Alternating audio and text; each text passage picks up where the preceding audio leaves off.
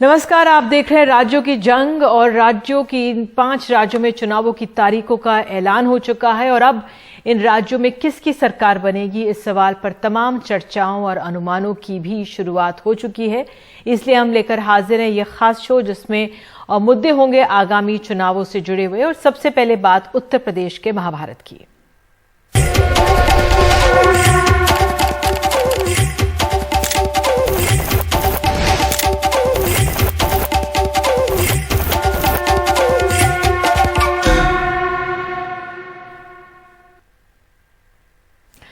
तो उत्तर प्रदेश विधानसभा चुनाव से पहले उत्तर प्रदेश के मुख्यमंत्री योगी आदित्यनाथ ने कहा है कि ये चुनाव 80 बनाम 20 का होगा। लखनऊ में एक कार्यक्रम के दौरान मुख्यमंत्री योगी आदित्यनाथ से जब ब्राह्मण वोटों को लेकर एक सवाल पूछा गया, जिसके जवाब में मुख्यमंत्री ने कहा कि हिंदू विरोधी तत्व मोदी योगी को स्वीकार नहीं करेगा।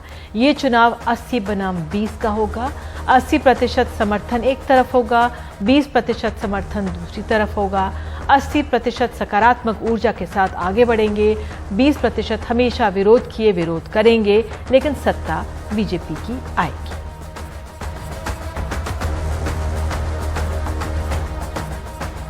ये चुनाव 80 बनाम 20 का होगा। 80% समर्थन एक तरफ होगा, 20% दूसरी तरफ होगा और मुझे लगता है 80% सकारात्मक ऊर्जा के साथ आगे बढ़ेंगे। 20% हमेशा विरोध किए हैं, विरोध करेंगे, लेकिन सत्ता बीजेपी की आएगी। बीजेपी फिर सबका साथ सबके विकास के अभियान को आगे बढ़ाने का कार्य करेगी। तो बहुजन समाज पार्टी के सतीश चंद्र मिश्रा ने हमारे सहयोगी कमाल खान से खास बातचीत की है। उन्होंने कहा है कि भाईचारा समाप्त हो गया है उत्तर प्रदेश में, और क्या क्या अहम बातें कही हैं, आइए सुनिए। ये हम जानना चाहते हैं कि जो पिछला विधानसभा चुनाव था और ये विधानसभा चुनाव है, बीएसपी के लिए क्या चुनाव के मुद्दे कुछ बदल गए हैं? कौन से इश्यूज हैं जिनके ऊपर आप लड़ रहे हैं? देखिए, हर चुनाव में कुछ इश्यूज बदल जाते हैं और इस बार भी जिस तरह से पूरे उत्तर प्रदेश में हर तरफ जो है एवरीवन, हर व्यक्ति, हर कास्ट, हर वर्ग के लोग परेशान हैं, हम लोग उसको लेकर के सामने आए और 2 इश्यूज हमारे मेन है। एक तो लॉ एंड ऑर्डर को रिस्टोर करना, वो तो ऑटोमेटिक हो जाता है जब बहन जी मुख्यमंत्री होती हैं। दूसरा ये है कि महिलाओं को सुरक्षा, जो हर 2 घंटे में एक महिला के साथ में एनसीआरबी की रिपोर्ट कहती है बलात्कार हो रहा है। महिलाओं की सुरक्षा, किसानों के ऊपर जो अत्याचार हुआ है, जो समाज में एक जहर घोल दिया गया है, जो भाईचारा, जो हम लोगों का सर्वजन हिताय सर्वजन सुखाय का नारा हम लोगों ने दिया था, अमली जामा भी पहनाया था, उसको इस समय पूरे उत्तर प्रदेश से खत्म कर दिया गया। एक आप लोगों का नया नारा है कि 10 मार्च सब कुछ साफ, बहन जी हैं यूपी की आस। तो इस कॉन्फिडेंस के पीछे क्या कारण है? कौन से ऐसे राजनीतिक समीकरण हैं जिसके वजह से आपको लगता है कि 10 मार्च को सब साफ हो जाएंगे और बहन जी यूपी की आस बन के आएंगी? देखिए, यूपी जो है, यूपी में कौन लोग हैं? यूपी में महिलाएं हैं, किसान हैं, मजदूर हैं, नौजवान युवक हैं जो बेरोजगारी से परेशान हो रहे हैं। तो ये जो प्रोफेशनल्स हैं वो हैं जो मेडिकली इक्विप्ड नहीं थे, जिन्होंने कोरोना में जिस तरह से हम लोगों ने देखा कि लोगों को मर गए लोग और उनके लिए लकड़ी तक नहीं मिली, दफनाने की जगह तक नहीं मिली, गंगा नदी में बहा दिए गए, ऑक्सीजन नहीं मिली, डॉक्टर नहीं मिले, दवाइयाँ नहीं मिली। तो इन सारी जितना भी ये वर्ग है जो दुखी है, हर तरीके से दुखी है। उसने पहले समाजवादी पार्टी को देखा, हमारे बाद समाजवादी पार्टी में उसने देखा कि दंगे फसाद किसने कराए किसने नहीं कराए वो अलग चीज़ है, दंगे होते हैं अपने आप नहीं, अगर होते तो बहन जी की सरकार में भी होते। अयोध्या का जजमेंट आया था, पूरे देश में कर्फ्यू टाइप का लगा था, यहाँ प्राइमरी स्कूल भी खुले हुए थे, ये भी आपको मालूम है। और आज जो है पूरा हर वर्ग, जितना वर्ग है, चाहे वो दलित वर्ग हो, चाहे वो बैकवर्ड वर्ग हो, चाहे ब्राह्मण समाज के लोग हों, ब्राह्मण आपके साथ जुड़ेगा, इस कॉन्फिडेंस की क्या वजह हो सकती है कि वो योगी जी के साथ क्यों नहीं जाएगा, जो बीजेपी को जो पहले ब्राह्मण बनियों की पार्टी के नाम से ही पुकारा जाता था, या समाजवादी पार्टी के साथ क्यों नहीं जाएगा जो आपके बाद से प्रबुद्ध वर्ग सम्मेलन कर रहे हैं, उनके कई एमएलएज लगाए गए इस काम में? देखिए, प्रबुद्ध वर्ग सम्मेलन हमने जब शुरू किया 23 मार्च से अयोध्या से, 23 जुलाई से आप भी थे वहां पर, ये लोग ब्राह्मण समाज के लोग किस तरीके से स्वयं निकल करके आए थे। समाजवादी पार्टी में क्या हुआ, समाजवादी पार्टी जब आई तो वो तो एक वर्ग के लिए काम करने लगी, एक पर्टिकुलर कास्ट के लिए वर्क करने लगी। वो सबको मालूम है, सब जगह पूरा शुरू से आखिर तक मालूम पड़ रहा है कि वहां सब जन चल रहा था, यहाँ एक जन चल रहे हैं। उसके बाद वो बीजेपी आ गई। बीजेपी में उन्होंने सोचा कि ये राम का नाम लेते हैं, ये मुखौटा ओढ़ते हैं, ये कहते हैं कि हम तो धर्मात्मा हैं, उस तरह के कपड़े भी पहनते हैं। तो उन्होंने सोचा शायद ये हमारा ख्याल रखेंगे, लेकिन उनके साथ चले गए। नतीजा क्या निकला, राम को तो उन्होंने मंदिर तो बनाया नहीं। 3 साल हो गए, मैं तो 23 जुलाई को गया था, देखने गया था। 3 साल हो रहे हैं, अभी वहां न्यू भी नहीं बनी है, तो मंदिर क्या बनेगा। मंदिरों में पंडितों की हत्याएं हो रही हैं, पुजारियों की हत्याएं हो रही हैं, मंदिरों में कब्जा हो रहा है, मंदिरों में उनको निकाल के बाहर किया जा रहा है, अधिग्रहण की योजनाएं बन रही हैं। तो ब्राह्मण कैसे इनके साथ में आएगा। पश्चिमी उत्तर प्रदेश के कांग्रेस के कद्दावर नेता इमरान मसूद ने आज कांग्रेस छोड़ समाजवादी पार्टी में जाने का ऐलान किया है। उनके साथ वहां के कांग्रेस एमएलए मसूद अख्तर भी समाजवादी पार्टी में जाएंगे। कांग्रेस ने इसे इमरान मसूद की एहसान फरामोशी बताया। इमरान मसूद ने आज सहारनपुर में एक बड़ी जनसभा से सपा में शामिल होने की राय ली। सहारनपुर के कांग्रेस के बड़े नेता रशीद मसूद के भतीजे हैं, जो 9 बार सांसद रहे हैं। इमरान मसूद के घर आज उनके इलाके के अवाम का हुजूम था। इमरान उनसे समाजवादी पार्टी में जाने के अपने फैसले पे हामी भरवाना चाहते थे। उन्होंने यही किया। भाइयों, हमें अखिलेश जी से मिलने जाना है समाजवादी पार्टी में शमूलियत के लिए। क्या आप लोग मेरी बात से सहमत हैं? इस जिले की 7 विधानसभा हम लोगों को जिताकर भेजना है।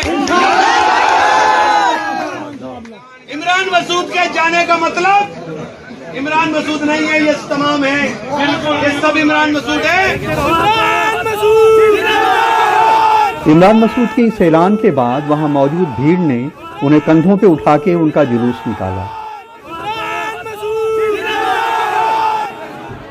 उनके साथ आज सहारनपुर देहात सीट से कांग्रेस के एमएलए मसूद अख्तर ने भी समाजवादी पार्टी में जाने का ऐलान किया।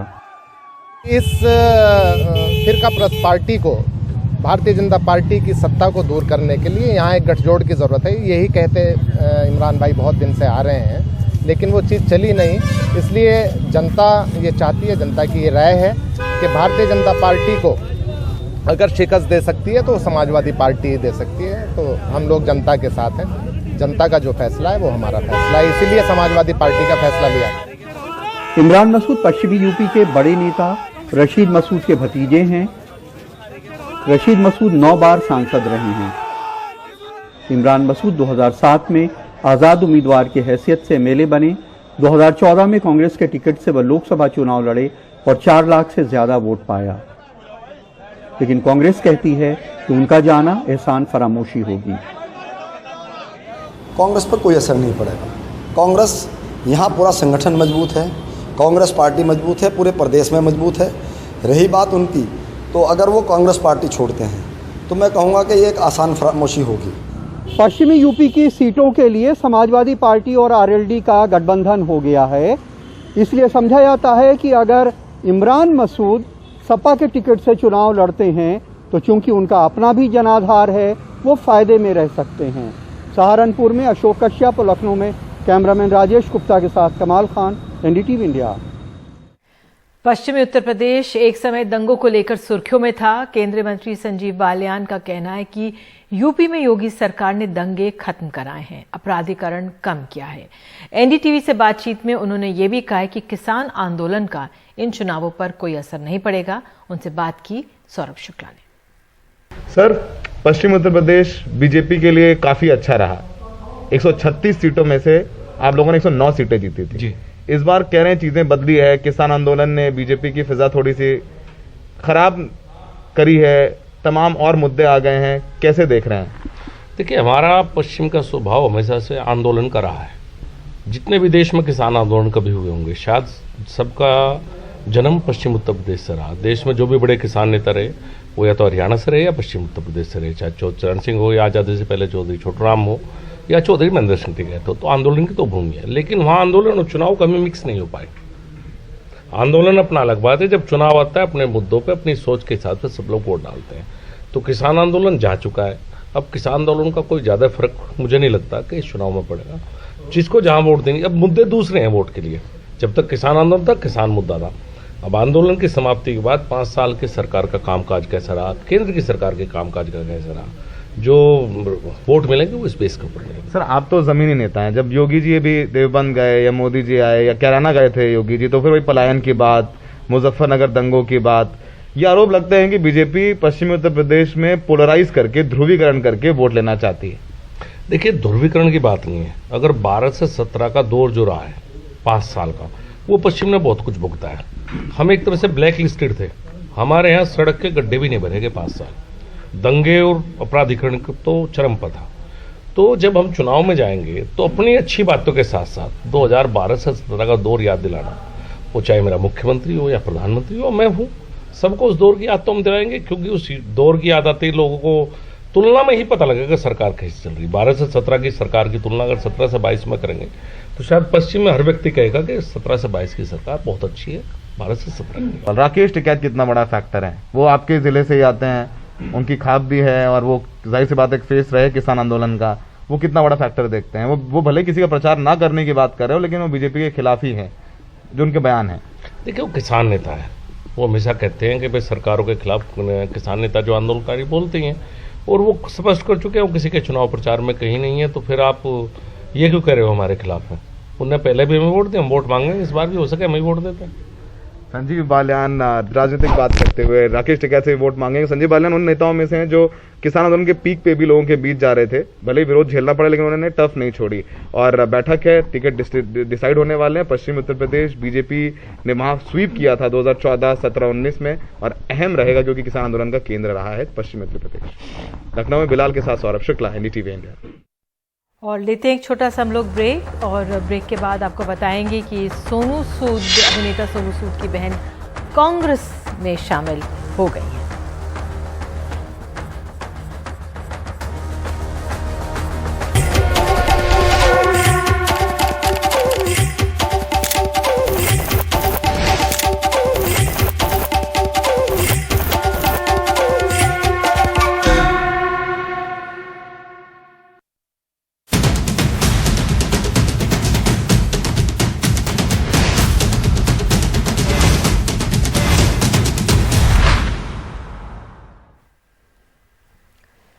अभिनेता सोनू सूद की बहन मालविका सूद सच्चर कांग्रेस में शामिल हो गई हैं। पंजाब के मोगा में नवजोत सिंह सिद्धू ने सोनू सूद के आवास पर मालविका से मुलाकात की। इसके बाद औपचारिक रूप से मालविका कांग्रेस में शामिल हुई। शाम को कांग्रेस की प्रेस कॉन्फ्रेंस में उन्होंने अपनी बात भी रखी।